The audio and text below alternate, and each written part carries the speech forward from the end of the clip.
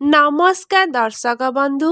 ଭାଗ୍ୟ ସାଥ ଦେଉନଥିଲେ କରନ୍ତୁ ଏହି ପ୍ରତିକାର। ଜାଣିବା ପୂର୍ବରୁ ବାବାଙ୍କ ଭକ୍ତଗଣ ଚ୍ୟାନେଲଟିକୁ ସବସ୍କ୍ରାଇବ୍ କରି ଭିଡ଼ିଓକୁ ଗୋଟେ ଲାଇକ୍ ନିହାତି କରିଦିଅନ୍ତୁ। ନମ୍ବର 1, ଶନିବାର ରାତିରେ ହନୁମାନଜୀଙ୍କ ସାମ୍ନାରେ ଏକ ଚାରିମୁଖୀ ଦୀପ ନିଶ୍ଚିତ ଜଳାନ୍ତୁ। ନମ୍ବର 2, ଦୀପ ଜାଳିବା ପରେ ଏକାଗ୍ରତାର ସହ ଓମ୍ ଅଞ୍ଜନି ପୁତାୟ ନମଃ ମନ୍ତ୍ରକୁ 21 ଥର ଜପ କରନ୍ତୁ। ନମ୍ବର 3, ଏପରି କରିବା ଦ୍ୱାରା ବଜରଙ୍ଗବଲୀଙ୍କର ଏପରି ଦୟା ଦୃଷ୍ଟି ରହିଥାଏ ଯେ ଯଦି କାହା ଦ୍ୱାରା କିଛି କରାଯାଇଥିବା ତନ୍ତ୍ର ମନ୍ତ୍ର ତେବେ ତାହା ସବୁ ଶେଷ ହୋଇଯିବ। ଘରେ କୌଣସି ପ୍ରକାରର ନକାରାତ୍ମକ ଶକ୍ତି ଥିଲେ ତାହା ମଧ୍ୟ ଦୂର ହୋଇଯିବ।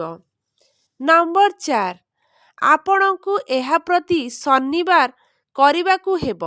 ଏହାଦ୍ୱାରା ଘର ପରିବାରରେ ଖୁସି ଆସିବ ଏବଂ ବ୍ୟବସାୟରେ ଉନ୍ନତି ହେବ। ଲୋକଙ୍କ ସହ ସମ୍ପର୍କ ସୁଧୁରିବ।